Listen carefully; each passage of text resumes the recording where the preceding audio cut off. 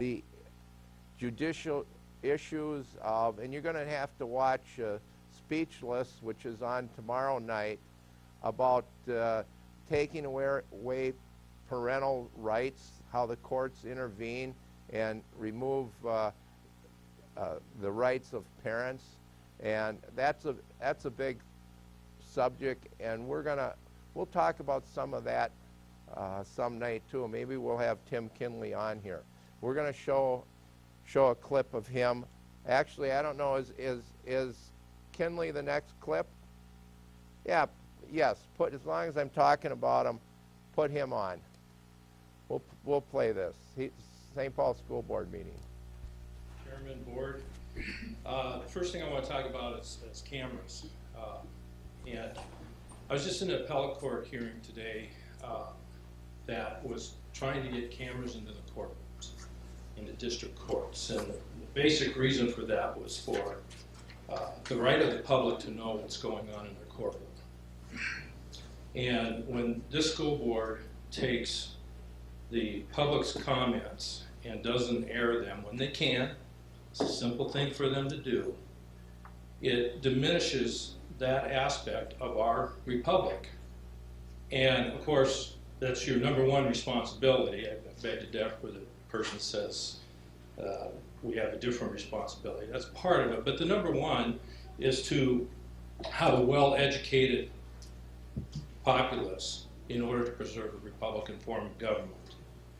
And so I would really encourage you to get this back on the air so everybody can see it. They can go to youtube.com/speechlessmn. This will be shown there. Also on Speechless at the SPNN channel at 8 o'clock on Thursday nights. This will be shown. So the other aspect of this, we've heard of a lot of comments about the laws of nature today, children and sleeping. And when the laws of nature are ignored, it has the consequences. And that's basically what's referred to as natural law, the consequences of ignoring the laws of nature. And I bring that up in relationship to gender inclusiveness. And every cell and DNA in the individual's body is male or female, one or the other. It's not both. And when we say it's different, then the law, the natural law comes into place. And what we really end up doing is child abuse. To tell a child that there's something that they're not. It's child abuse. There's just no way around it. So I would really hope that you'd beef up your science department, that you'd communicate with them. They understand this, and don't go against the laws of nature. Don't go against natural law.